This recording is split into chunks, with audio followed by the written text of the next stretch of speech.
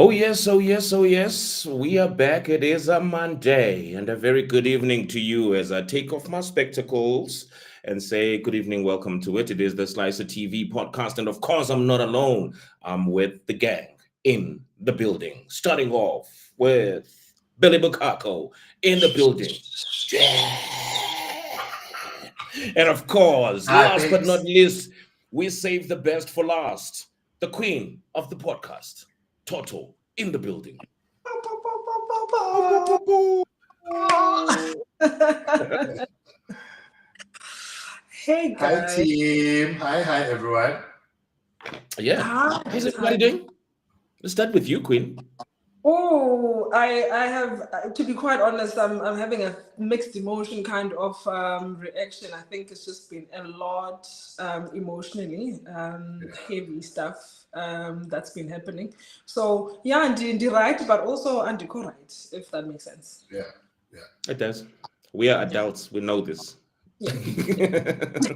The right of define of define. We are Lila that time. Fine, guys, I'm fine. Fine. Feels How how are you you been, guys doing? brother? I'm good, chap. I'm good, guys. I'm also just like Toto. I just remembered today there was a movie that I watched. I think you guys might know it. It's called The Other Woman. The other And woman. it's about this woman who finds out that the husband is cheating with Mm. somebody Mm. and they end up becoming friends. So the mistress says to the other one, whilst is crying and pouring out her heart, she says, "You need to cry inside like a winner." And that's what I'm doing today. So Oh it's wow. really been a heavy past 2 weeks, as Watoto says.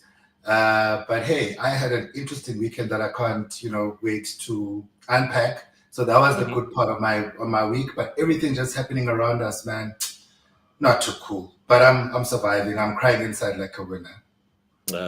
Okay. At least that story ended better than I thought. Like when you were saying the other woman and the husband was cheating, I'm like, oh my Silver God. linings, Oh my really. God. We're Ah, gonna have I, some I light do not wish answering those kind session. of problems. No. You Fire, don't, fire, yeah? fire. No, no. Too old for that. How are Yeah, you, man. Slyso? How are you doing? Whoa. I have no idea. I guess like we all on the same boat, guys. I think the fact that we woke up and it was we're already halfway through the year, that kind of like does something to us. And me, who's always in touch with my emotions and spirituality, I know that even your body takes a toll. You're Sure. far more tired. All of these things, Yeah. given what is happening around the world and what is Mm. happening in our personal lives as well. So yeah, I guess even the viewer, yeah, if you are watching, tell us how you are feeling. At least somebody has to feel better than us. Yeah. We hope someone is having a Yes, better Monday. Yeah. yeah. There's so much So that what that has happened. what's been happening, guys? Let's talk. What's going on? I don't know. I'm gonna go with this one first, right? Mm, We had the 49 Amerikaners that fucked off. The And great, it was the picked great up. stick, as The it's great called. sec. I've learned. There was one guy. I don't know how true though. I don't know how true those rumors are. But I saw something on Twitter. This guy saying that like actually one of the guys who had just left with the wife, he unalived her in the United States of America, like from the no, first batch that left. What? no. Yeah, and the guys on some like, Oh, yeah, if it had happened here in Mzansi, guess who would have been blamed? Genocide. Mm, yeah. Yeah, and That's apparently, insane. yeah, and apparently, family has also confirmed that like the gent was an abusive fella, and I don't know how they got to be on that. I don't know how much screening happens. It's 8,000 people I know that have applied, and I mean the story that we're on is the second batch that is yeah. quietly left. Yeah. Yeah, it's like yeah, ons sal terugkom ek sê braas nie. Such a I heavyweight to don't know. start a Monday. I don't know if I Yeah. care about that one to leave for America, guys. I honestly I couldn't give You know, I feel like Abantu must do what they need to do. If they feel bad leaving is good for them as an option, True. let them. You know, we can't. We have big enough problems in the country that we need to focus on. Yeah, to focus on. True. Yeah. You So know, that. Mm, what I find interesting for me is I was reading that, the ones that have already settled in the United States are mostly in the South of America. So Oh states like yes, Texas, Nebraska, Texas. California, Oklahoma. And mm, these states are all big on agriculture. And ironically, guys, this is where most of the heinous crimes against people of color happened in America. It was in those plantations. And I find it quite interesting that, this is their choice of, I don't know, mm. man. I think something is at play with the Say, universe, say, say, say it like it is. Taking a racist from a country and Yeah. go and migrate him to a racist state. It's like Yeah. State. you being moved Yeah. from Algoa to Young Park. Mm. Oof. Oof. Yeah. The Yeah. Um, Young I, Park so thing is a racist shenanigan, isn't it? So it's fitting that they will go to racist states. I mean, it's not surprising. and I, Um, it's crazy. I've been looking at Black American TikTok. mm, I think after us, they are the hottest TikTok. all TikTok right. after South African TikTok. And the kind of things that they were saying, Americans are saying to these guys, the kind of warnings that they're giving them.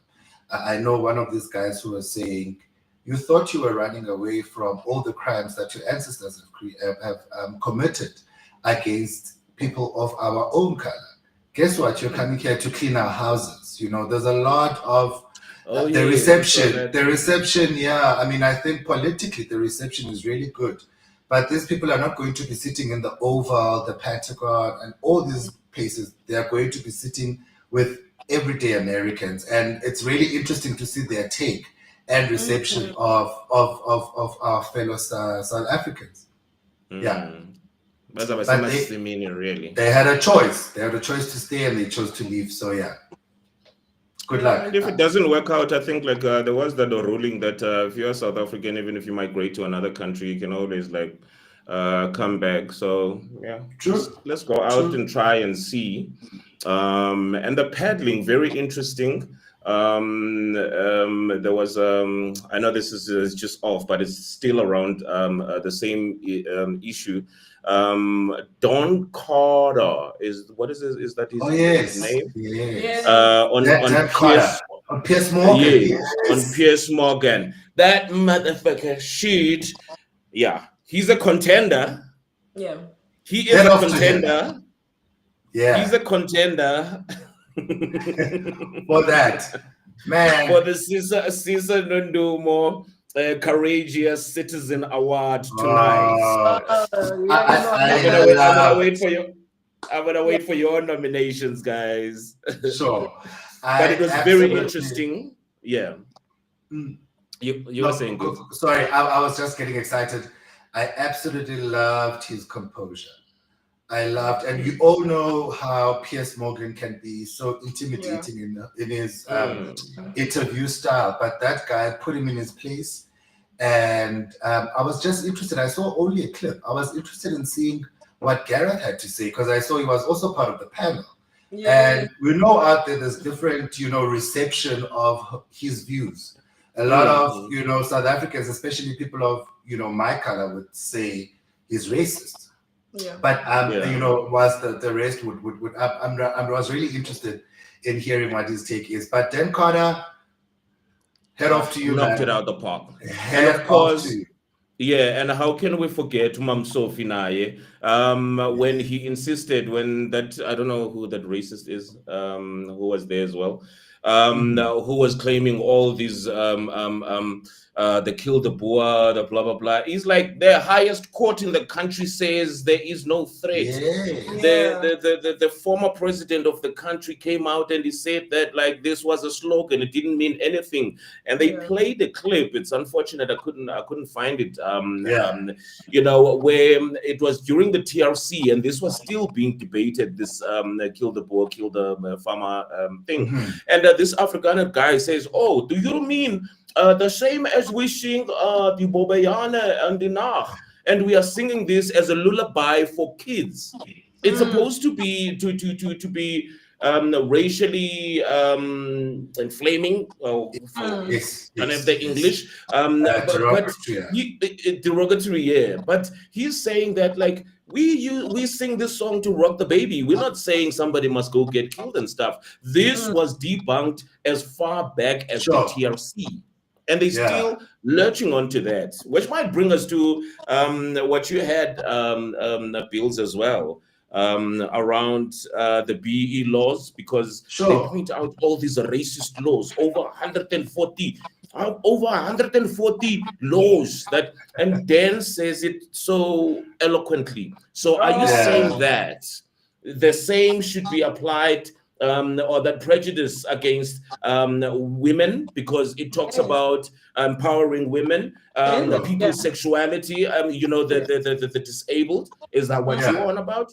Couldn't say sure. Yeah. Because they're very selective. Because they're very selective in what they want to drive, right? The fight they want to put forward is just race. They don't want to translate the entire laws, honestly and transparently. Yeah. I think for me, I think also part of the discourse is asking the question, do we really think that there's still space for that song, right? And I think there's a bigger question around that. Do we, whilst we understand that, I mean, we tell our kids, always remember your history. You can never know where you're going, and things that have happened in the past have a way of coming back if we don't keep reminding them or revisiting those events. But do we really think that in modern day, in 2025 South Africa, there is a space for that song? I just wanted to talk about that a little bit. We can talk about the Bobiana song in the same context. Do you understand? Do we think that as much as legally, as you rightfully put it, that the highest court has ruled it as not racially derogatory to other people, as not part of hate speech, but do we really want to perpetuate those kind of songs going forward? I think that's where I'm caught at the on this one. Yeah, I think I'll go first in terms of opinions around it. There certainly is no place for it.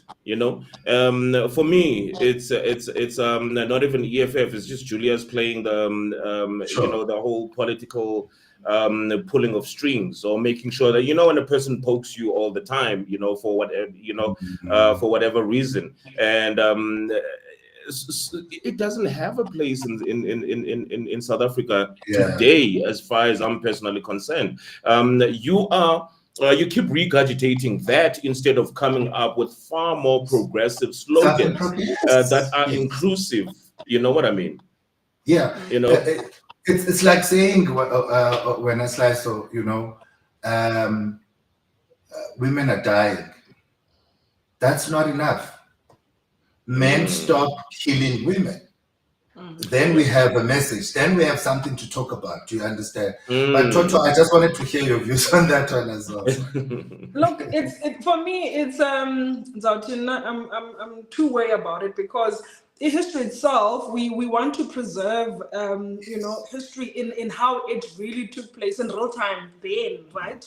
So we want to tell the story, and the songs are also telling the story of what was happening then. So when we are telling those stories in song, we have to be careful in how we go about it. Obviously, we have to be responsible in how we go about it. So I think there is motive sometimes to bring about because we want to evoke an emotion, and only a particular song will get that person conscientized into what I want from you. So I think politicians like Julius are very intentional because he wants to evoke an emotion. He wants to evoke a discomfort, and I think that's what Amagujo political to be specific. They were about causing disruption in terms of the emotion and the psyche of a person. So you cannot be comfortable, right? But I think it's the translation. We need to now be careful in terms of the translation of it in this modern day. Yes, in this context. Yes, in this context, the context, exactly. Yeah. So I like the idea of perhaps we need to now find a terminology that is going to be palatable to this time that we're in, not losing of course the essence of what that was about then. I like some of so it's just last parting shot on this one. I know we don't really have time. I like some of the projects that have come up with our colleagues in the arts, right? There's a project by a gentleman, I forgot his name, but it's an immersive virtual experience, right?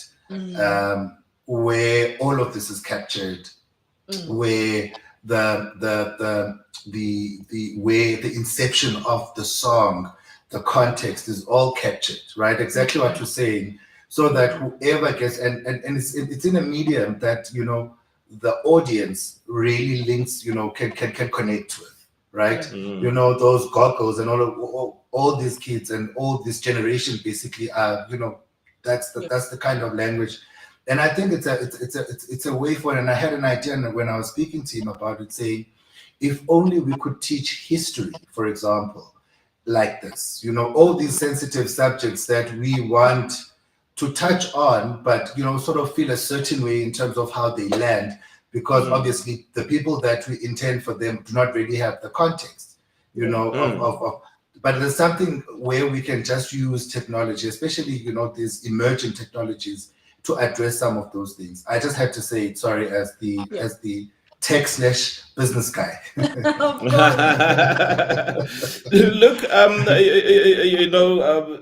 just to end it off, right? As well, just the point I missed is that with all of that, but at the end of the day, Julius does justify it by saying that for as long as there are going to be fringe spaces where people are still hoisting the old South African flag, and considering the sentiments that flag actually holds and what it means for the people who actually still insist on hoisting it. So basically,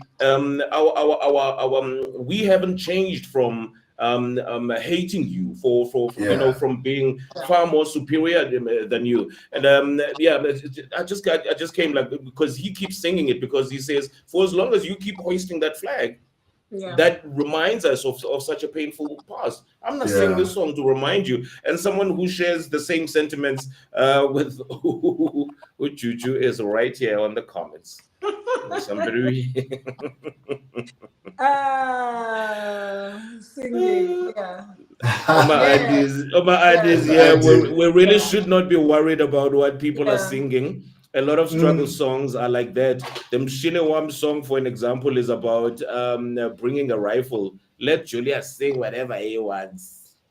Ow. I think for me it's to understanding the context is very important, and also what is the message, because there's an underlying message. So it's very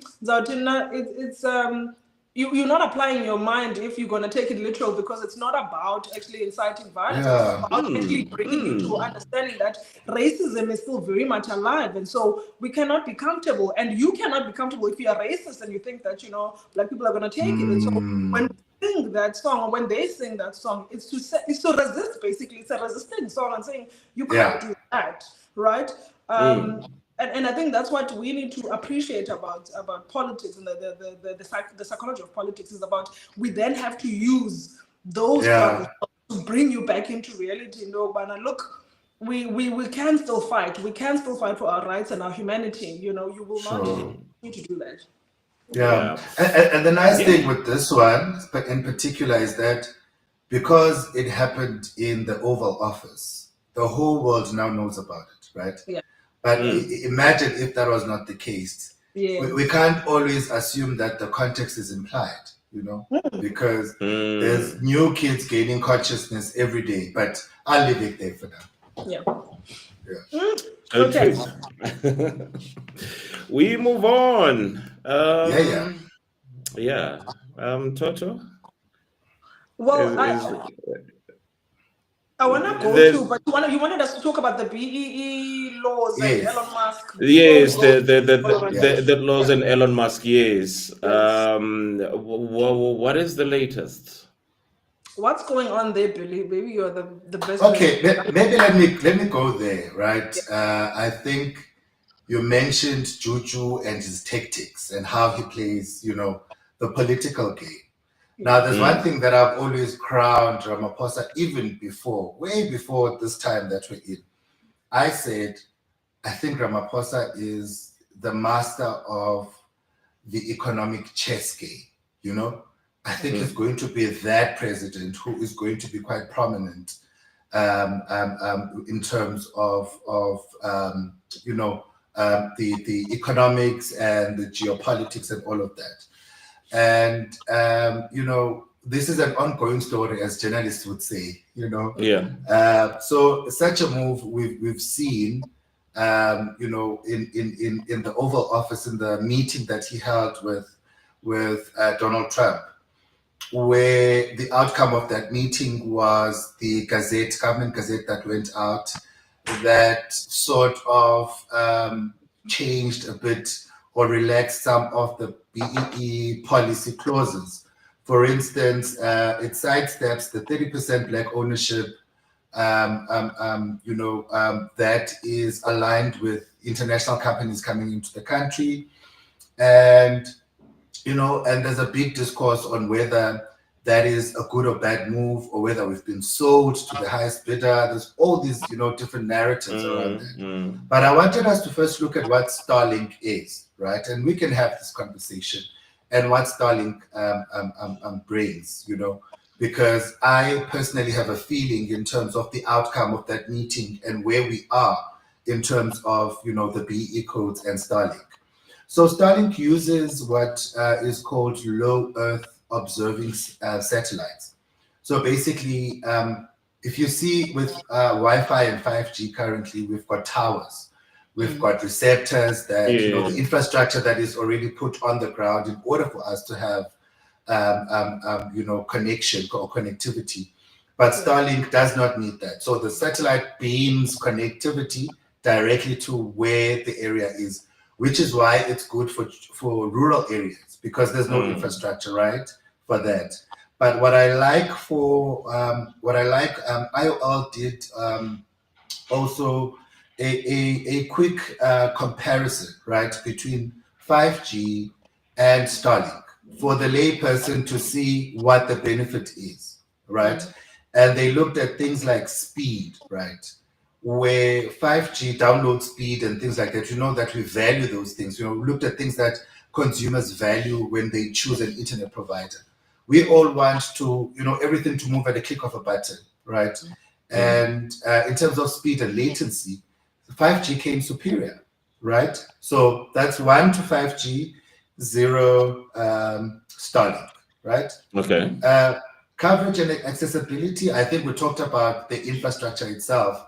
So Sure. Starlink can beam connectivity into the area. So basically, I mean, it can cover all the areas that 5G cannot. So now it's 1-1, right? And then they looked at things like capacity and scalability, right? This means the replicability of the application within a user-dense community, right? And again, in terms of capacity and scalability, 2 for 5G. Security, 5G is still more secure. Cost, they anticipate that for setting up of Starlink, you're looking at about 6,000 rands, because you need something like your DSTV, that's a satellite dish that is in full view so that it can, you know, get that. And you're looking at nothing less than 500 rands a month to maintain that, right? Meaning that 5G is still cheaper And, Okay. you know, setting up 5G, obviously Starlink wins. So you see that 5G still, you know, sort of is the better option for the urban township type of setup. And where Starlink really stands out is in the rural spaces. The rural spaces, yeah. So my argument around, you know, the conversation around whether this was a good move or not, I think, listen, it's a little price to pay compared to everything that we are averting that the Americans, you know, I mean, Trump could have done. We've seen how the Americans have collapsed economies. Cuba, Venezuela, we can mention all of them, you know. So this was not a joke. And I think for me, we just need to take our L on this one and just accept that this is going to be done. But, you know, the payoff in the long run is a much more stable and resilient economy. Yeah. Okay. Yeah, I think there was an issue I picked up around safety, but obviously it is what you call it, social media banter, you know, in terms of Yeah. safety. You are getting an American company to come and provide you with, you know, comms. Sure. Which is a very important Yeah. part of any sovereign country, you know, to be able to. And someone mentioned the same thing, that when the whole minerals and ending the war and in Ukraine, the United States of America was threatening to shut off Ukraine's internet. So Yeah. basically, we're going to be at the mercy of however the fuck Elon Musk is feeling on that particular day, if he took his Yeah. ecstasy alleged. Because Yeah. there's just a lot Or that ketamine. comes around. Yeah. Yeah. All right, and I think for me the biggest around it, Bills, it is the fact that there's this entire commotion that just started, and this whole thing has been periodic. Um, um, um, the banter on X particularly, and I remember when I was asking people, am I the only one who's getting unsolicited, or people I don't follow talking about the genocide, talking about, you know, all of this? Or Yeah. could it be a matter of Starlink in action, making sure that from the owner that you prioritize in your algorithm, you know, Yeah. things that particularly talk about genocide? You get to a Yeah. point where you get it to the White House, the Oval Office, to be spoken Sure. about. And you've already amassed, the Americans are pissed off at you because you've already gotten crazy contracts, you know, Sure. from the Sure. sitting president. And now there's this whole thing of Africa, Amerikaners, whatever the fuck they called. You know, so you have, for me, it's as a person who always follows news and trends, it can't, it's not just, it's not a mistake that all of these things are Yeah. happening. And the fact that, like, the cockiness, for me, that's the one thing that I despise Elon for. It is the cockiness and the underlying racism that still is in there, that you will, a country where you were born in, you are not going to comply with the laws just because of BE or whatever. It happens in all the countries. Yeah. In China, where you know you have a 49 51 stake on shit that with things like TikTok that you did not Yeah. argue, you just paid. But now when it comes to South Africa, you want us to bend over. Yeah. So for me, yeah. I think for me, Slyso, on that one, before I let Toto come in, right?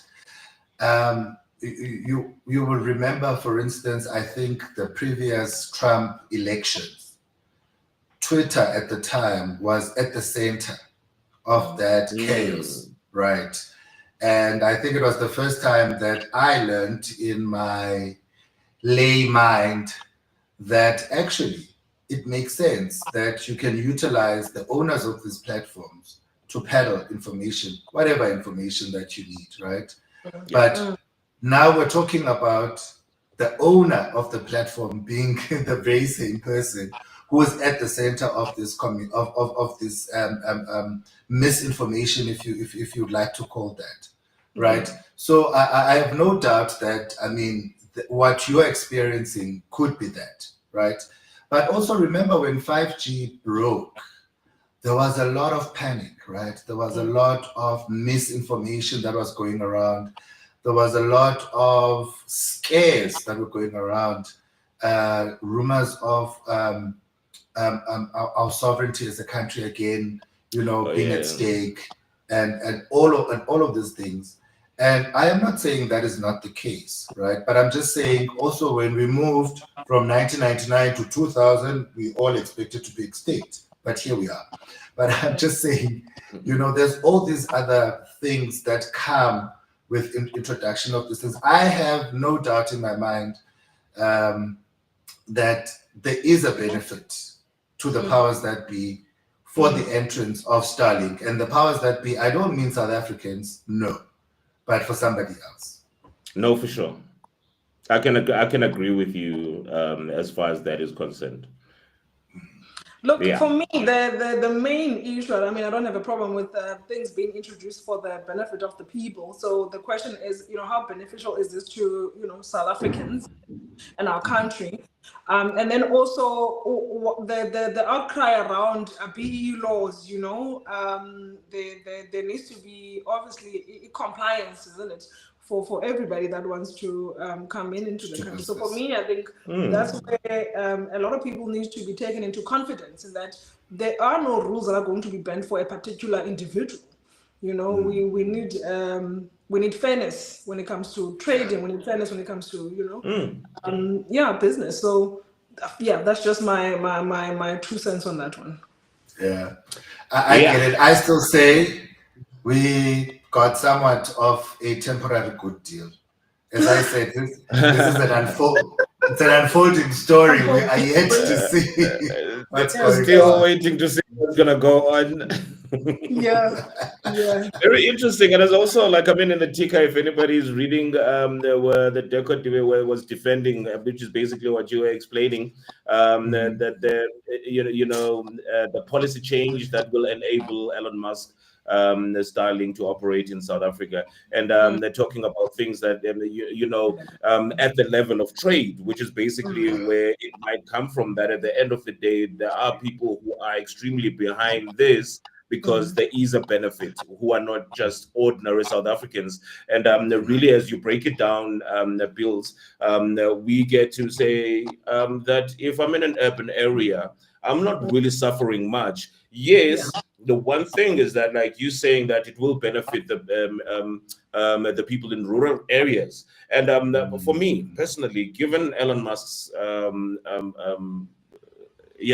I would rather like somebody else, another country comes up with it, and then he has a competitor. I swear, I so wish that the flipping Chinese can come and say, listen, we have an equivalent that we can deliver yesterday, South Africa. Yeah. Then he has a competitor. You will make Trump angry, guys. No, then he's gonna get a competitor. Then we don't want to piss that guy any further. Listen, I hope the change in the BE policies does not necessarily translate to a change in the competition laws of the country, because I still want the 5G guys to have a fair chance, right, to compete against this guy. And I'm hoping that won't change, because then it will be, the onus will be on us as South Africans to go to the service provider of internet that we think is the best, Is the best. Yeah, but please don't mention China and Starlink in the same sentence again. just in case the White House is watching. I could, okay. It's more freedom. Okay, moving right along. That's why, we headed to. It's another story. I think it got the country on a downer. It got us as South Africans thinking very hard about what you have, Toto, for us today, Olorato. a very heartbreaking story to actually sit and think. Half the time you're like, these kids, they get to university and then they want to go out and date. If you remember how it unfolded, when it was reported that she's missing, it's like, oh, another one got on a date and blah blah blah, and worrying friends, and then to later learn that there is actually a syndicate whose sole purpose is to target students, is to target vulnerable women. When you read, you look at her story. This was a God-fearing woman who's been going to cell since she was young. The one time that she goes out on a date and there's something like this happens, and the speed at which it had happened as well, because apparently they met her in Bloemfontein, killed her in Johannesburg, and were found in KZN. Like that access, that speed of crime that is just directed at women, which is basically like my prelude to what you have for us this evening, Tony. Yeah. Look, it's without me even going into the Momo section, because it's such a it's so difficult to separate what I'm going to talk about to what Olorato went through. But it's so important. It's so important for South Africans, and I think South African men in particular, to understand that the victim blaming is really problematic, and it just tells us when there's a really fundamental issue in how men conceptualize GBV and how men understand gender violence. Because you see, Slyso, the responses and what you just said. The fact that we need to go and profile this woman and look at what kind of life she was leading to justify, whether she deserved to die or not, is a problem. And it's why we will not win the fight against GBV, because it's such a difficult issue, because there is no girl, there is no child, there is no human that deserves to die, to be killed and their life taken away from them. For it doesn't matter what kind of life they were living. It doesn't matter. There is no one that has a right to do that and make that decision on behalf of a person. So for me, I think we need to be very careful, especially Amadoda. We need a really a mind shift, a serious mind shift in terms of how do we understand what GBV is. The saddest thing, Slyso and Toto, is that the crime statistics have just came out, right, for Q1. Oh. And there's been a decrease in all the crimes, right, except for, I think, rape.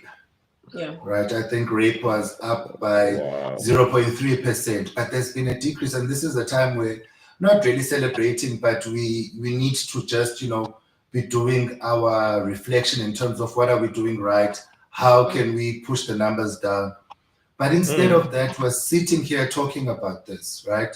And going back to what Toto was saying, where there is a question about the victim and questioning the victim, I actually read that this is a communication professional who's worked for government, who's worked in South Korea, right? So this is not just, this is somebody who's got a worldview. And I sit and think about my sister who's only been to maybe Durban or Johannesburg, Port Elizabeth, right? And if we were to question her, how brutal and how tough that would be on her. If we can question this lady, who seems to have had some experience in life, and it just shows you also that, this is not, it's a problem.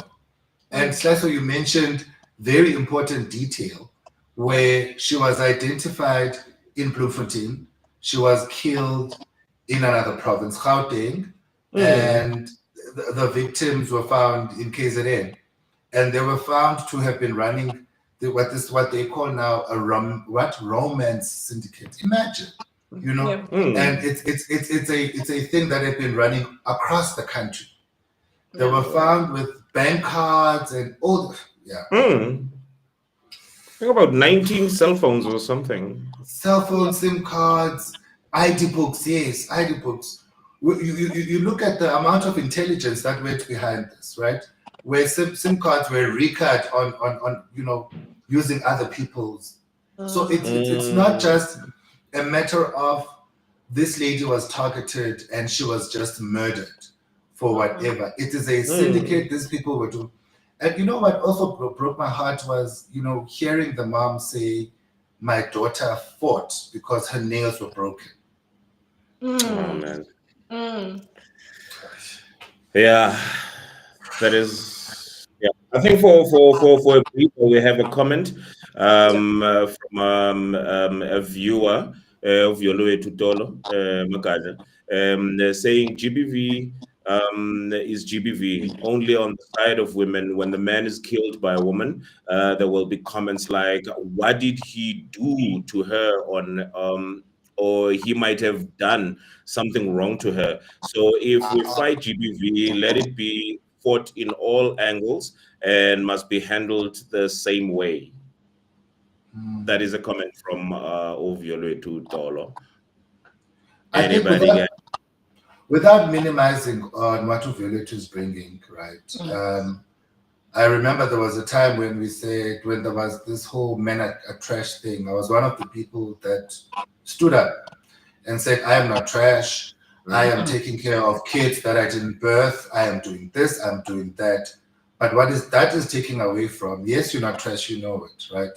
But there's a bigger movement and there is a bigger conversation that we need to have, because majority of the men are clearly trash and they're killing people, And if we look at the percentage of men that are being killed versus that of our sisters that are dying, there's a huge parity. Yeah. So by condemning the other, you're not condoning the other. Yeah. And there's a time for everything. If we get to a point where a man is killed, then we talk about that as that. There's a man that has been killed by an intimate and lover, not draw a comparison. Yes. But we shouldn't be drawing comparisons. I think this is where we lose it as well. Yeah. Yeah. I think this is exactly what I'm talking about. The paradigm shift that we need to have in men. We don't need men to defend violence. I think that there's an issue where men need to defend violence, because it then says to me that you don't have an understanding that it could be your mother, it could be your sister the next day, it could be you that actually, violence is violence. And what we are trying to say is that the reality is that when we look at the statistics, women are being killed at a higher rate than men, and that's a fact. That's not something that we need to debate. You see it on a daily basis. And I can tell you, even the statistics now of rape is not actually the factual stats. There's a lot of unreported rapes. Unreported, yes. Unreported. So it's a reality. It's a serious issue that women and young girls are grappling with on a daily basis. But then it also talks to, in the HBB, also talks to the systematic issue, right? Where to be a man in South Africa is a privilege, actually, because when you are a man, you don't leave your house worried that at a certain point you might not come back, because then my life will be at risk. You live freely, and that's a privilege that women don't have. And when we talk about GBV, we talk about also those complexities that to be a woman, actually now, it's not even about, we're not really talking about outside, your safety being, being an issue outside, even in the home now. Women are sitting in homes where they are anxious and they are worried, and they are, the safety. I like, I think one of the books that I read that also contextualizes GBV and the fear is Pumla Golan. It speaks about the female fear factory and talks a lot about the systematic, the systematic violence that women have to deal with on a daily basis. And that for me is what we lack. We lack men that have a deeper understanding of the systematic issues around that keep gender-based violence, going every single day. So let's not focus even on the fact that Olorato died. Let's focus on what is it that we're not speaking about that is taking place, that is actually causing these deaths. Causing this thing, because it's just a symptom in Olorato, and other women that have died. So we have a bigger problem. The psyche of the people who sit and as in the psyche of people who sit and plan as a group of men and say, this is what we are doing. It's breaking the law. We are robbing these people. We are raping these people. We are killing these people. You sit, that's me concurring with you just breaking down, saying that like the fiber coming from the whole patriarchal nonsense that like you know what I mean. For me, it's part of what is worrisome, and I count in what you are saying, Toto. Yeah, and Slyso, you're right by talking, referring to patriarchy, because we know all of these dynamics started from patriarchy, right? But there's been flares and catalysts over time. And this is where, because at some point we do understand the impact that colonialism and subsequently apartheid had in gender-based violence towards Black women, because men were angry and they felt emasculated by the system, and the nearest, obviously, outlets were women. That we've captured. But we've moved past that. We've moved past that. What is it that we are not addressing? Right? What are some of the societal issues that are now acting as we do have the legacy of patriarchy that, is probably going to sit with us for a very long time. But what is this catalyst? What is this spark? Could it be substance abuse? What is it? What is it that has got us to where we are? And that's the conversation we need to be having. Yep. Is this us going out to check out what's happening in the Momo? Let's do it. It's almost like we've covered it. We're talking about it like, right now. Okay, let's officiate, because I'm sure there are facts that are going to be coming up. Obviously, from Olandiga or Toto. Let's do that, ladies and gents. Thanks for chilling with us. I have to say thank you to Andy. So I have to say thank you to Tolo Magada. This is why we do a live podcast. It might have its challenges and everything, but the beauty about it is that you get to join the conversation in real time, so that we can get South Africans' views or opinions on issues that affect us, in real time. Because there are a lot more people who are not social media people but have opinions about these things. With that being said, I talk a lot. I get paid for it, niggas. So I'm gonna run along. Shut up.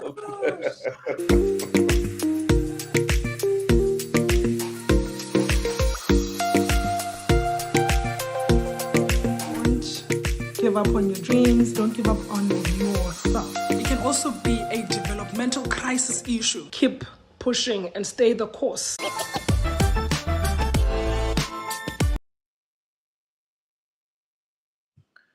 Oh, yo, guys, listen. This intro doesn't even do what it does for me usually, because of just heaviness of this conversation that we are carrying on with, the gender-based violence issue. And I really want to focus on one particular area, and we touch on the other, the other areas of the contributing factors, right, around gender-based violence, and there are many, many of them.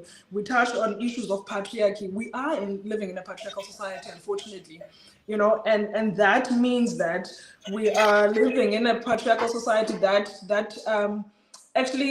promotes male authority over women, where men do have this entitlement over women's lives and women's bodies. And so you see that by men who decide to make decisions, about the lives of women, whether it's decided upon by a man. And that's what patriarchy is all about. We know issues of gender inequity, we know that, of course, gender equality is a problem that we're trying to fight for in South Africa. We know the culture issues that contribute to GBV, again, issues that we cannot go away from where in our communities there are just issues that are being said, the way of living, how women are expected to behave. You hear this when we talk, Slyso, about the scrutiny that will happen when a victim or, somebody that has been killed, and we talk about what kind of life did she live, was she a good girl or a bad girl? And that's the toxic culture that we live in, that breeds and fuels gender-based violence and almost normalizes it. There's also an aspect, I think, that actually there's a culture that normalizes violence against women in South Africa, which also makes males feel that, it's okay. It's okay because it's allowed, for them to do that as long as they can justify, about this woman, I would too, that we don't want, we don't approve of. And so we're justified to do what we do to that. So all of these things, they play a big role. But what I want to highlight, there are two things. The socialization of men is something that I think, Billy, when we talk about what can we do, is something that we need to look at. So I almost want to give parents, because and now I hope of this generation, year two, I'm thinking about the next generation, unfortunately, that the parents who are raising boys have got to do better. They have a huge responsibility in their hands, because the only way we will see change is by the next generation not repeating, what we see right now. And what do I mean by that is we need the parents who are raising boys right now to really help their boys to feel loved, because we see the lack of love in these men, in the way that they are treating women, right? Because there's no way that a person who has been validated and loved will then inflict pain on another person. So it means that there is something wrong in how we socialize boys and how we interact with boys and how, we teach boys in terms of socializing and interacting with the opposite gender. And so for me, it becomes very important that as a parent who's raising a boy, you are very intentional about the messaging that you are sending to your child about interacting, with the girls outside the home, even inside the home, the kind of, arrangements that you have, the kind of privileges that you give to your boy versus your girl child are things that you have to really look into and be careful that you're not perpetuating, gender stereotypes that become problematic when these boys have grown into becoming men, because I think it's very difficult to change the personality of a person once they reach a certain age. There's just nothing that you can do because they are a full human being. They've decided on how they want to live and how they're going to move in society. So parenting a boy child is going to need to change. And I get very upset when I'm hearing these questions, what was she wearing? This is what girls need to do. There's a lot of messaging that is sent to girls. Girls must do this, girls must not do that. And you don't hear the same messages being given to men. What is the message that is being given to men and boys, right? How about we send a message as parents, we send this message as a community, as a society, to men to say, leave girls alone, leave women alone. How about we say, keep your hands to yourself. Don't be entitled to a woman's body. Don't be entitled to making decisions for somebody, right, about their life, and how they should live their life. So I think there's not enough messaging that is directed towards men and how they should take responsibility and accountability for how they show up in society, right, and live harmoniously with women. So for me, there needs to be a change in there. Then we have another big issue. The justice system is a problem. The justice system is a huge problem because perpetrators know very well that nothing is going to be done to them. So you see now, they are even becoming creative. This tells you how much they are comfortable, and how free they are. Because if the laws were really so tight, it wouldn't be so easy for people to come up with these creative ways of, being violent towards women, Yeah. and targeting Yeah. women. So it tells us Ubana justice system here too is really failing, to really show Ubana, look, we don't tolerate this kind of treatment Yeah. towards young girls Women. and women. Yes. So you have perpetrators who know very well that the system itself is weak. I mean, how many cases they thrown away of court because of evidence, because of the incompetency of our, South African police service, because of the incompetencies of, our justice system. So that tells you, Bana, somehow the system is empowering and is perpetuating the violence because there's literally nothing to be scared of, you know. I mean, these guys that killed Olorato, surprisingly, again, maybe not, they were they were they were released on bail, you know. Mm. And so when you hear such, and then of course they got an opportunity to fine tune the ideas, because, well, chances are if we get caught, we're gonna be released again. So Yeah. why not continue? So for me, I think we really we need a systematic change. We need we need a policy change, unfortunately, and we need men to champion this change because it doesn't seem like there's a lot of men that are championing, True. these changes that need to take place. It doesn't seem like government is also receptive and responding, with the agency that it's supposed to be responding with here.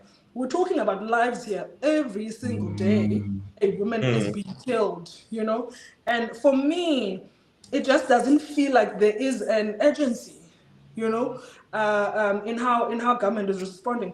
I mean, one example is there was a call for government to make the register, the sexual offenders register, public, Yes. and there were debates around, privacy.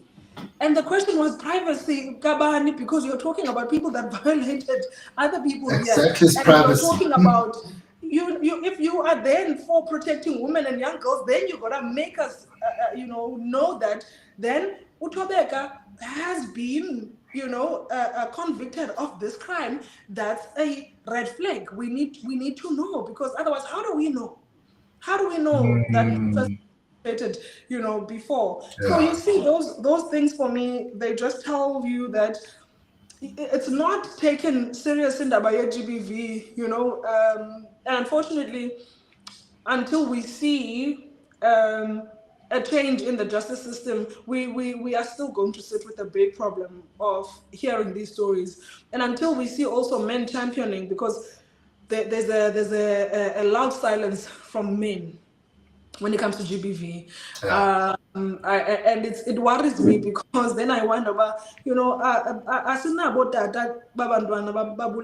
we not have fathers who are raising girls? Do we not have fathers who are concerned? Do we not have brothers who are concerned, uncles who are concerned?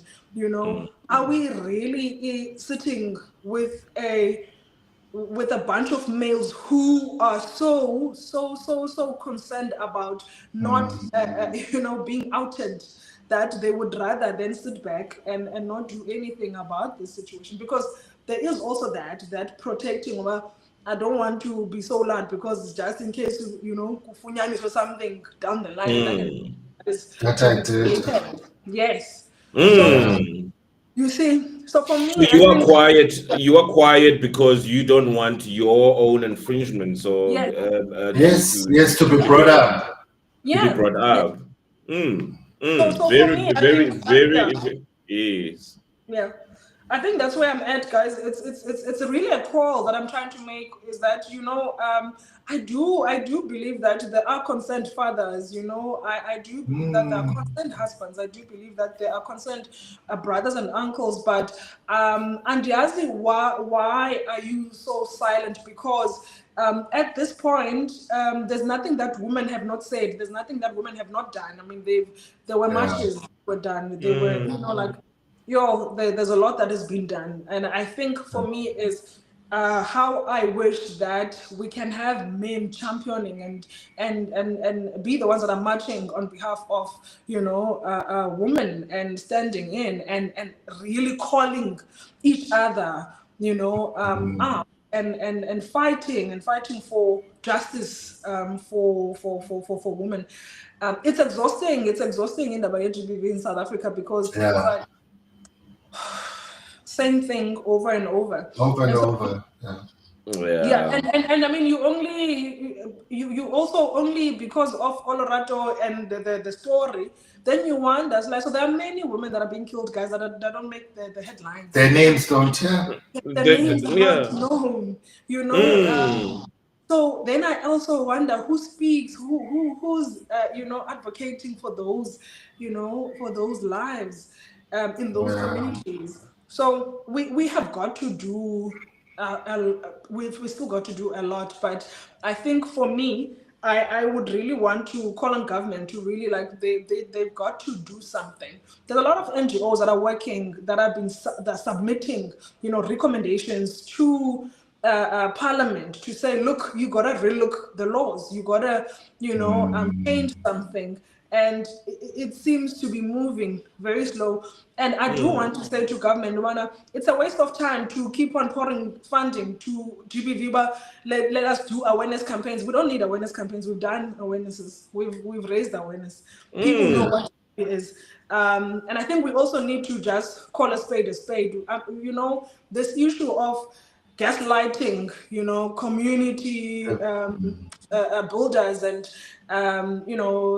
advocates and activists of GBV saying, we gotta do more, we gotta do education, we gotta, that has been done. That has been done. But we need a justice system that is going to show to anyone who's violent towards women that they cannot just run free in the streets of South Africa, and that's what we really need. That's a change that we need now. Such a very beautiful point to say that whatever needed to have been done has been done. We cannot continue to say whenever something happens, it's like, yeah, no, but I'm not one of them, like type of thing. I think that's the stance that we take it as men, and we are okay with that, and we are not doing anything beyond that. And as far as government is concerned, it's not enough to say that. But we're doing a campaign, we're doing this. Where are your stats? When are you sitting? When are you going to the problem areas? If we're talking crime, PE has just shot up like nobody's business. The concentration, the president was in Gqeberha, the minister of police was in Gqeberha, and there was commotion and people getting caught in record time, and that only happens which means it's another campaign. It's not really getting to the bottom of where do these guns all of a sudden come from, where just looking at a different context, but we're talking GBV here to say that when you had Amanesa Dala, when you had Amanesa Dala, you had people that actually went out there and made sure that you social worker. Yeah, I think we're losing I think yes. You know what, Toto? For me, you mentioned something quite very important. Yeah. I would say it's even more important than the justice system. You talked about socialization, and as it's the cause. It's both the cure and the cause, right? Because how you're socialized contributes to the problem, right? But it could also be something that we use as a tool. I remember when Sonia Sidibe, or his child, was in the media recently for having raped a girl and all of that. And that brought up a new phenomenon. Like there was a new terminology that came up that was called North Boys. This was the first time I've heard of this. And it spoke to how modern day parents are parenting their kids, right? We can't run away from the fact that modern day parents are mostly middle class, working class, and all of that, right? They spend a lot of time trying to work on their career so that they can provide to the kids. But during that whole process, most of them abandon their kids, right? And how they then parent, and it's an old thing, but it's just coming now as a new phenomenon for the 2000s, right? Because they're giving it a term, North Boys. So how they parent is that when the kids are not doing well, I mean, the kids are mad or kids are not doing well, money is involved. The kid is not doing well at school, money is paid to the school. A kid is assaulted, a child, a girl is, something happens, money is used to solve that. And what you're doing with that is that you're telling these kids that you are above everyone and everything else, know, and hence, and the context of this was that they have found that most of the kids in that age group who commit these crimes and do these heinous things are kids from actually good backgrounds. It's completely different from some of the stories that we're used to, where they'd be doing it because they're suffering some sort of a personal trauma that comes from their childhood. But most of the kids in this generation that are doing it, the 2000s kids, are kids from great families with money and all of that. And they have enabled and almost, catalyzed the crimes that the kids have done to other kids. I think we can talk about the victim shaming and all of that, but I just wanted to make that point, around how we socialize and how we raise our kids going forward. No, definitely.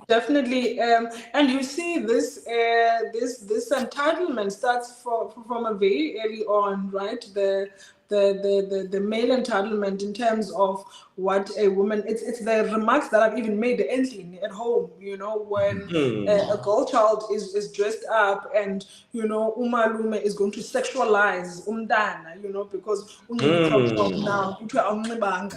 now and sending now a message that basically is saying that you are looking me as a sexual object, not as a child, It's those kind of messaging where, girls are just not allowed to exist even in the homes as themselves and express themselves, because they're just seen as these sexual objects from a very early age. And so you have boys who grow up with that mentality that, okay, then this kind of dressing, because therefore if I see outside, then it means that I can then violate that person because I'm proper. That's why, So therefore she called for it because what was she wearing, and it's the language. It's the language that you got disempowered at home before you even left. Your self-esteem was trashed. You walking out there already feeling like you need to be by your own family. By your own family. So you see, that's why I'm saying that the socialization, there's got to be a paradigm shift from the parents themselves when they are raising both boys and girls, that the messaging has to move away from sexualizing young girls.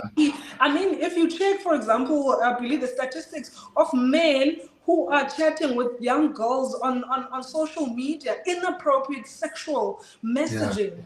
Right? You will be very, very surprised. Old men to 15-year-olds to 10-year-olds sexualizing these kids and being inappropriate. It tells you the psyche, there's something wrong with how we see young girls, and so of course if that is not dealt with at an early age, we are dealing with a problem.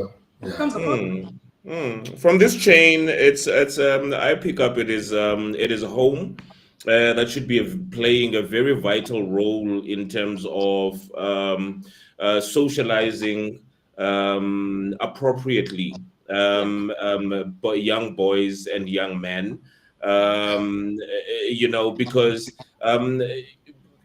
boys mimic Yes. boys mimic a lot of what they see and what they hear, and half the time, but nobody cares much about boys. It's like bodlala phandle, Yeah. umntana Yeah. wakho umfundisa kakuhle wena apha endlini, but xa yodlala next door ufika kumalume phayana okanye utata waphayana othukisa umama, or who's Yeah. being this Yeah. abusive thingy. So which means that the bond that you were talking about, Bills, into yobana obunye ubuza ucinga into yobana Shem wasafarisha itrauma esemncinci. It's not even that. It is because utata wakho ukunika ibands into yokubana hambolala igirlfriend yam, don't tell your mom, this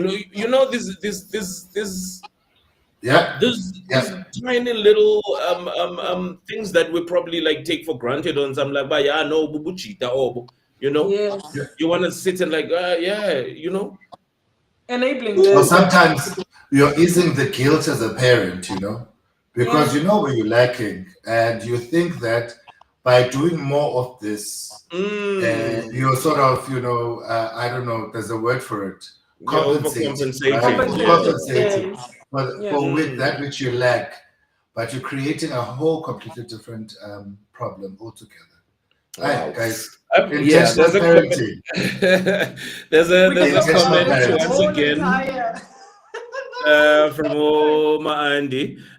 So spot on, Tops. There are so many safeguards that have been put in place for females, what to wear, which areas you should go to, when to go out, etc. But less is said about how men should handle themselves. Right? Men need to also stop protecting each other.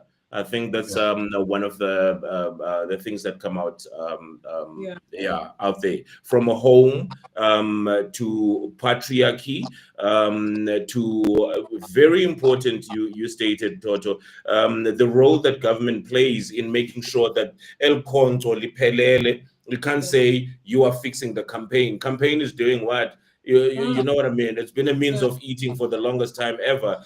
We just did a campaign with we'll go back again and put up a tender or whatever, but you are not really doing the actual work that you're supposed to do, which is the point I wanted to make before I got cut off earlier on. But this is us. And you know what?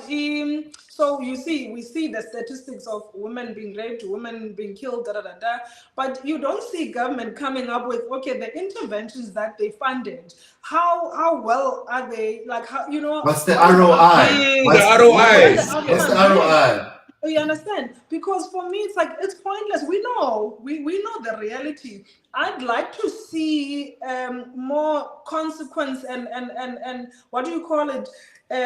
This thing that you do, where you performance management. Consequence management. Yes, consequence management. Because you can't tell me you're going to make funds available to try and alleviate this issue, but you don't evaluate. You don't assess if it's working. So you're pouring money and you don't even know that this money is being used exactly for what is intended for, and the people that is intended for, is it reaching them?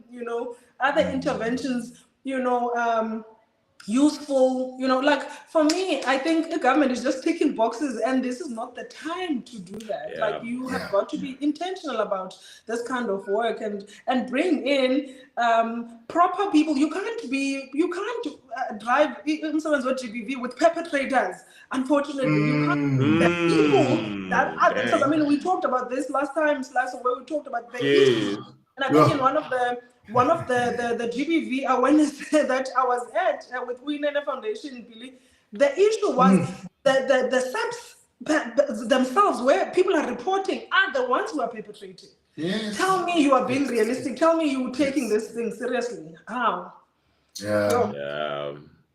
Guys, is that your story? Let's go. Are you sticking to it?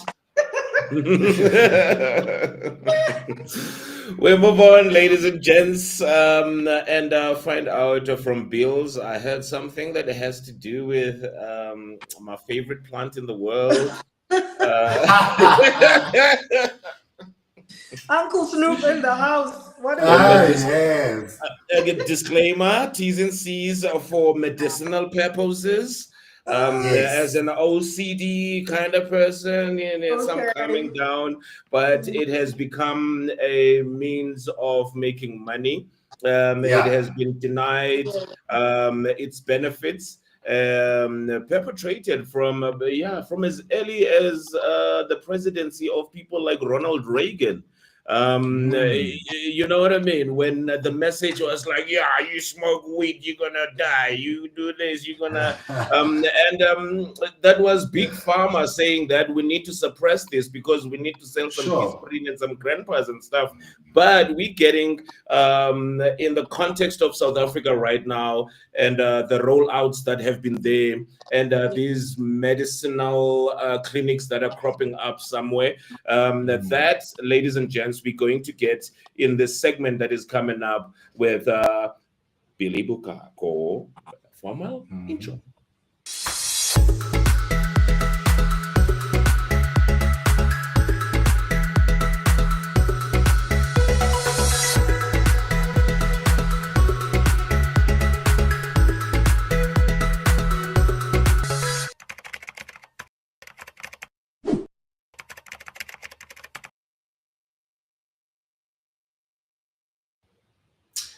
Good evening, besties, and welcome to another Business Rep segment.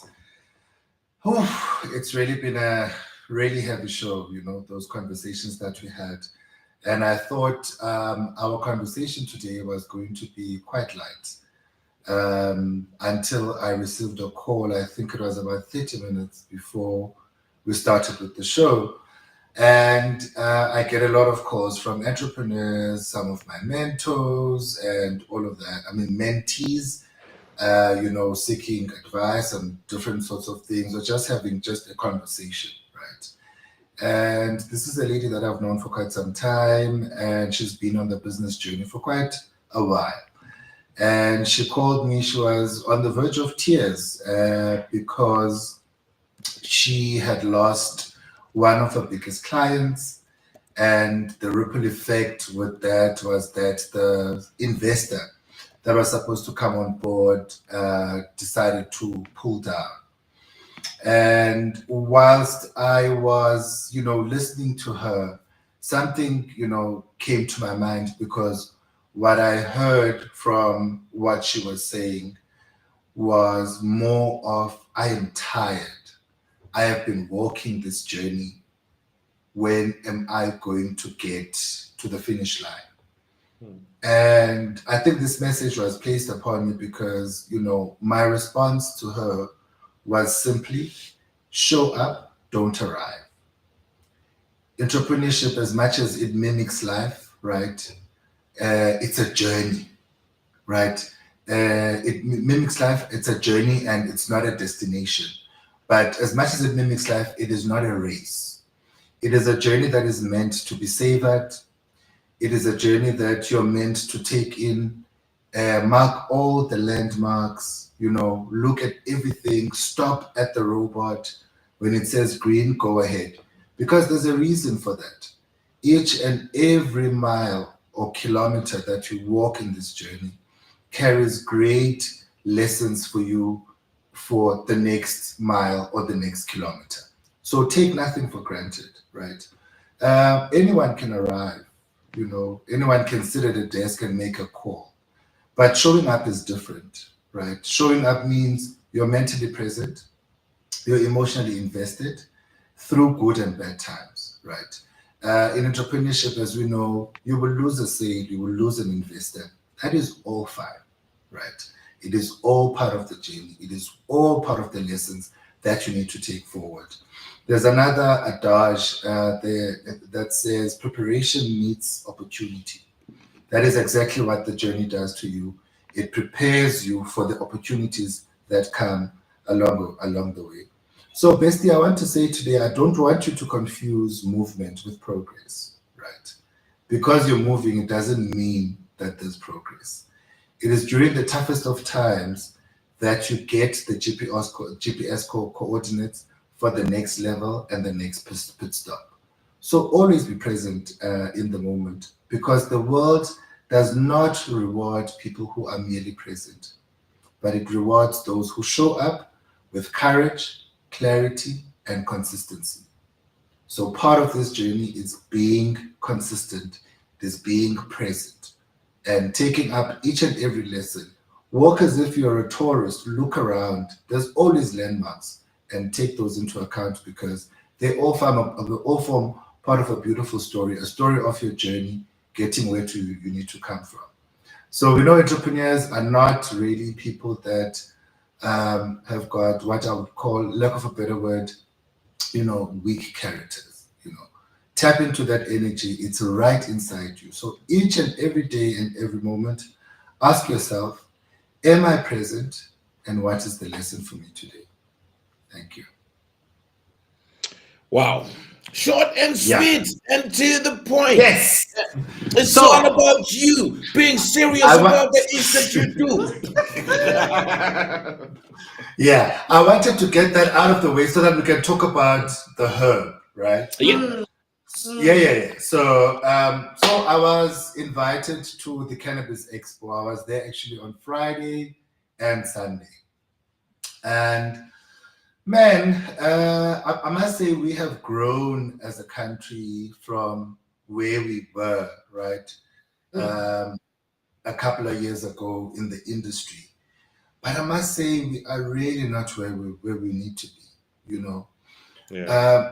Slyso, I always say this. I'm very much, an advocate for access, right?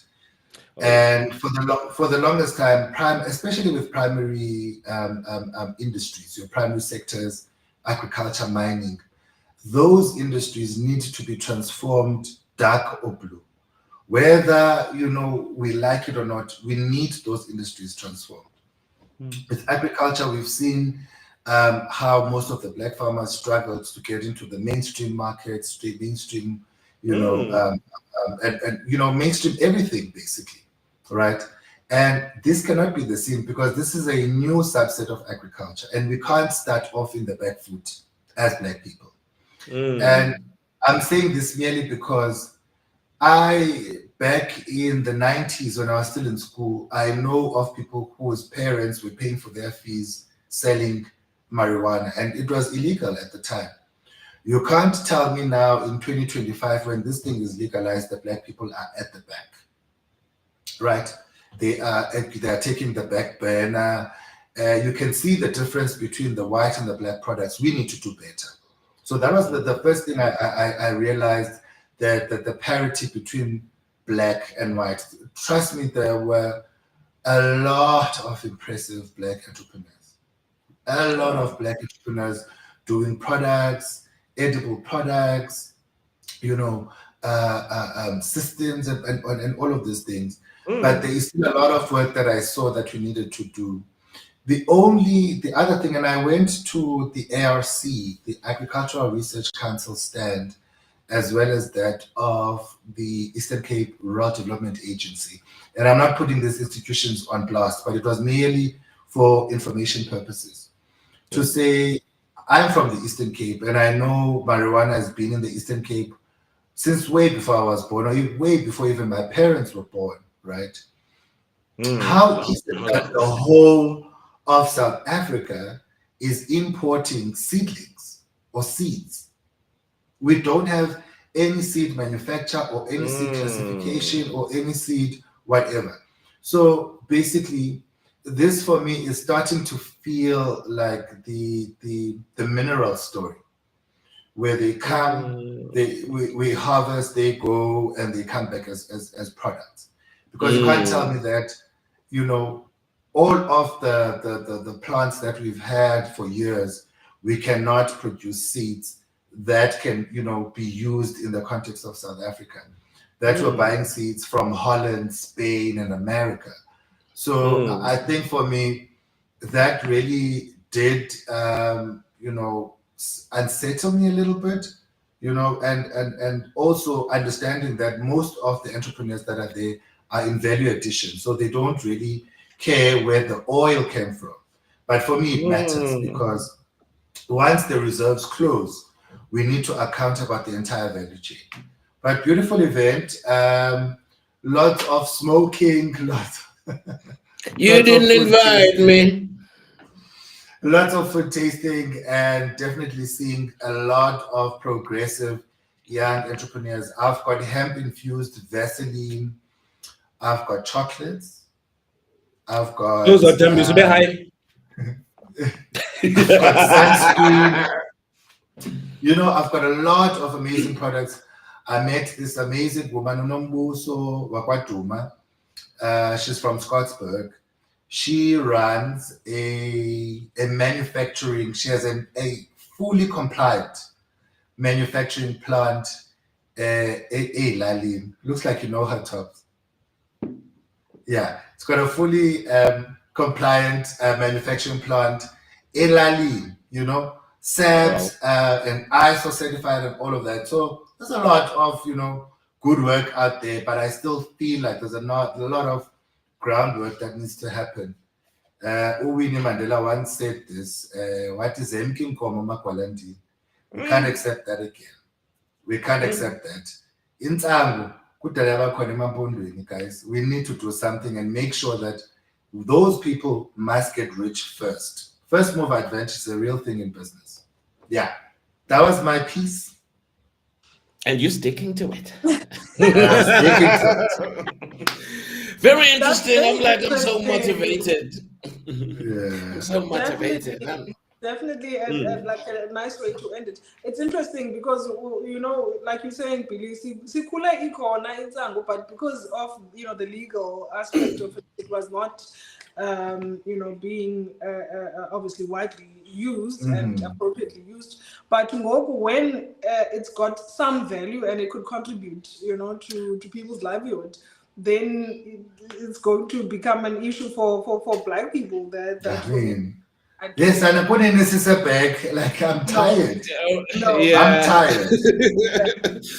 For me, it's like I remember the complications I think sometimes around entrepreneurship is because packaging and that are also that become an issue for someone who just wants to run a small business and and has the product. Yeah, and that also puts, I think it puts barriers for small business owners to be able to actually compete. Yeah, it's a very interesting one. I'm obviously I'm gonna be excited because I'm thinking Swazi, I'm thinking Durban Poison, I'm thinking Impondo. These things they have already been classified in South Africa. Why do we have to smoke green crack and tooth fairy and all these? Right now they're given names that do not mean anything to you. It's a male and a female plant, and sometimes there's a blend, and there's a particular high that you get from the male plant and a different one from which breaks down the whole medicinal aspect of it. If you are suffering from you too energetic, go smoke the male plant. If you are on the low, you want to be high, go smoke the other one. People have known this the world over, and they've been selling them. You're talking about packaging, Toto. It's been nothing but envelope, and people have had to hide this thing. And they're very interesting for me, Bills, where you talk about the seedlings that are coming from outside the country. We know how what do they call it? The geomodification of food, or the GMO. Now you are bringing. Yes. Now you are taking something ekuliswa elusikisiki. You are going to give seedlings to Aban Bazelusikisiki who've been planting this thing and growing it as raw as possible. So you are basically contaminating what comes from Swaziland, what comes from Lusikisiki, what comes from Durban and all of these areas. And what are you leaving us with? Because that's another question. It's like, why are you changing? Why are you not packaging what people have been doing for all of these years?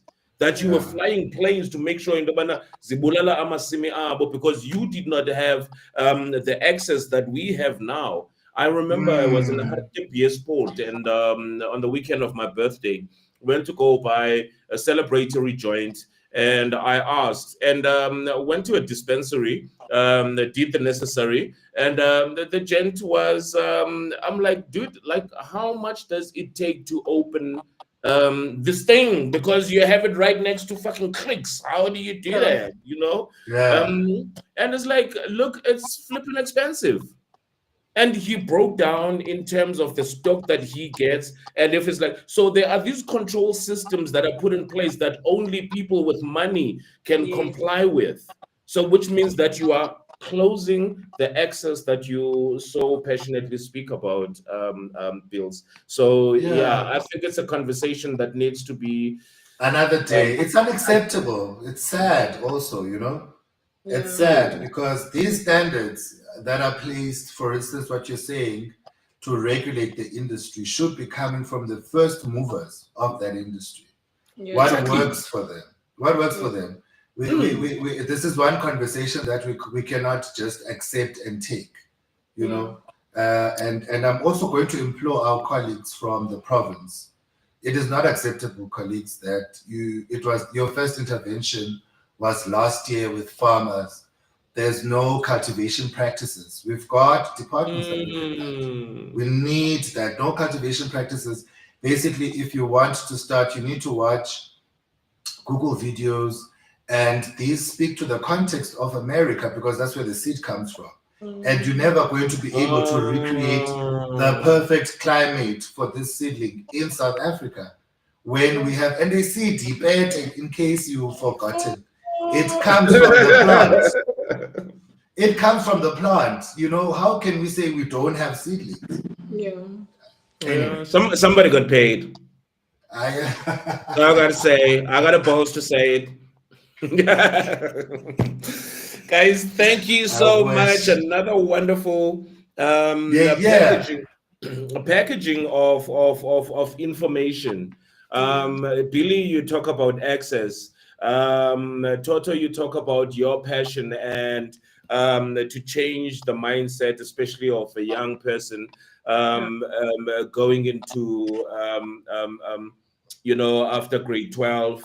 Mm. These are people that you are passionate about and you talk about like quite often. So we Mm. are that podcast that is not going to be the same as the other one. Yes, we will talk about Afrikaners, Amerikaners, or whatever the fuck they're Yeah. called. Yeah. But the essence of what we are about is to move ourselves as Black people forward. Yeah. Excuse me. I'm thinking Umzekelo, Unombuso should actually be a guest. We should have an insert where you sit with her, Billy, and we get these answers. Like, how difficult is it for her to be as Lalini, and Mm. not like what were your challenges? What assistance are you giving? Because we need these honest stories coming from people who are walking the ground, so that we put them Sure. on social on these platforms, so that the young person that wants to get into it, they've got like, oh, I don't have to go to a library. I have to go to YouTube, the Slyso TV podcast, and the Bees Rap. That's where I'm going to find the answers. Uh, When I'm suffering mentally, I have to go to the Momo with Yeah. Utoto. I'm gonna be vitalized. I'm gonna be all right. With that, that is me expressing my gratitude and blessings. And unfortunately for me, it's like a dark cloud every now and then. My last is this weekend. I'm off to Gqeberha, to lay to rest a man who is responsible for a lot of careers in the media space. And uThanga Nomkhulu, uTi Ombechu, used to work for the SABC, partnered up with the Edbush family at the time. They started Ubuntu FM radio, community radio, all of those years. I was still a Russell Road, and I was like, "What the fuck am I gonna do with my life? What am I gonna do with my life? I don't even like this thing." And then there was an opportunity, and then we got into that. And he was the driving force behind putting together young Nelson Mandela Bay or Port Elizabeth Mine. I know one of my boss as well, Unada Wachela, comes from that school. Excuse me. My colleague Luke Skidana comes from there. On Algoa FM, Casey Rousseau comes from there. Umotse, who has just been appointed, I think, in the East London IDZ as chairman. Chairperson. Yes, he is a person of Puma Gwezandas Gatangana. A very tough customer. If he wants you to do something, you do something. But here we are, after all of these decades, being responsible for people who contribute to an extent to the economy and the mindset of South Africa. So, with that heart full, I am going to lay him to rest this weekend. Otherwise, I don't know what you guys have planned. Going to smoke some more weed, Billy? I actually have a goodie bag, so after this I'll probably go raid it. But as a student, you're 15 minutes away from me, right? Yeah. So after this, I mean, it's exam time. So this week I'm studying. Next week I'm studying. The whole of June I'm studying.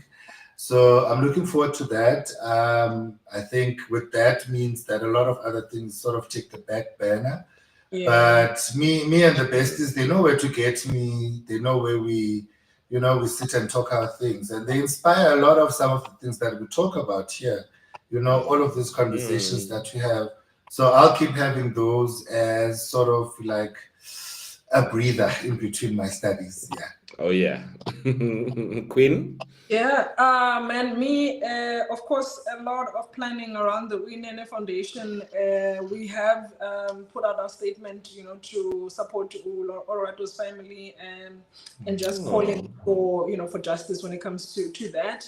But also, my active lifestyle, so I am going to be doing some hiking, perhaps somewhere in the weekend. Nice. Yeah, so just diversifying, and I think I've been intentional. I said this before in the podcast, with Usisa being with us, that diversifying your exercise and wellness so that you actually can look forward to it. Don't get bored, it's important. It's very important. I was listening to a podcast though as I'm walking. So one of the things that I like is also to listen to just some nice nuggets as I'm walking. And one of the that you listen to other what? To get ideas, of course, for this podcast. Got you. And I can't remember this social psychologist, but what he was talking about is that we are living in this world where we are fighting for our autonomy, and as we do that, which is correctly so, we should fight for autonomy. We should decide things that we want, right? That helps us to be successful. But he's saying that we are moving away from connection, which is making a lot of people feel lonely and depressed, and is the reason why people, will end up being suicidal and struggling with anxiety and all of that. So he's saying that we need to be intentional about balancing autonomy with connection. So one of the things that you can do that is the things that you love, try to connect them to the people that you really would like to spend time with. So for me, one of the things that I do to try and connect with people is try to infuse my physical activities or your wellness activities with connecting with people. And that helps a lot in terms of your mental health, to not be so disconnected, which is actually counterproductive to our mental health. Yeah. That's something to think about. Wow. Send that link. Bye-bye. We need that wisdom. Guys, thank you so much. It's been another wonderful one. Nuggets for everybody. Before we leave, I almost forgot. Yes. How can we forget? We talk about that somebody needs to hold on for the next week to this award, the Sisa Nundu More Courageous Citizen Award. And I don't know, I kind of like had mentioned the name earlier on. Yes. Okay. Which is supported. Which is supported by the team. So, which means in Dabana, if vote better if you're sitting at home and you did not submit. Yeah.